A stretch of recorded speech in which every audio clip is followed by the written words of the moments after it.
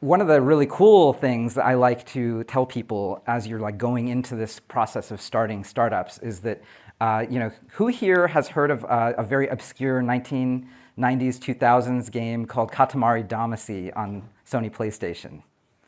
Like 3 people. It's a great game, by the way. I swear this story is going someplace. You are actually in the game this alien that is sort of pushing this little ball around. And basically the premise of the game is you start off very, very small. You're picking up, as you can see, acorns or chess pieces and things like that. And if you hit something that is smaller than your ball, you pick it up and it becomes a part of you.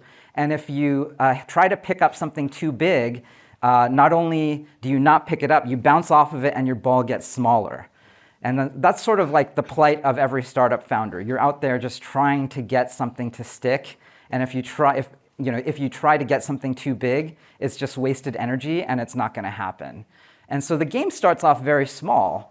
But then by the middle of the game, you're picking up cars, you're picking up trees, you're picking up buildings, and then by the end of the game, you're picking up entire continents. And so I guess that's just the metaphor that I learned from Y Combinator about when these startups actually start. They start off incredibly small. And then to use this game metaphor, when you're starting off, you're actually not trying to pick up like physical objects, you're actually trying to pick up these 3 things. Co-founders and people to work for you who then build the product that solves a problem that then gets you customers, and then capital comes and allows you to hire more people to then or to buy more customers if you have to do it that way, right? So this is like this virtuous cycle that is happening absolutely all the time. And I think one of the things that I really encourage you to think, the reason why this is a useful analogy is because when you start out, what you'll find is like one thing helps you massively in the other things. If you get a truly great co-founder, or if you're technical and you need a non-technical CEO or someone to sell for you, or vice versa, like suddenly you're able to convince customers who you wouldn't be able to access any other way.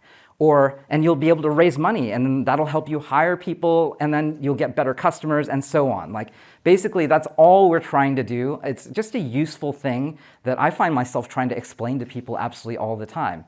And one thing that this is also useful for is this actually sets up a little bit of an OODA loop, like a game loop. It's literally just keep trying to get each of these things, push as hard as you can, and then if you can't get any more of any one of these things, go to something else, go get that, and then come back to those other things. Like you can basically, you're not going to be able to get absolutely everything all of the time, but by actually switching between different focuses, like these specific 3 things, you're always going to get closer to basically taking over the world.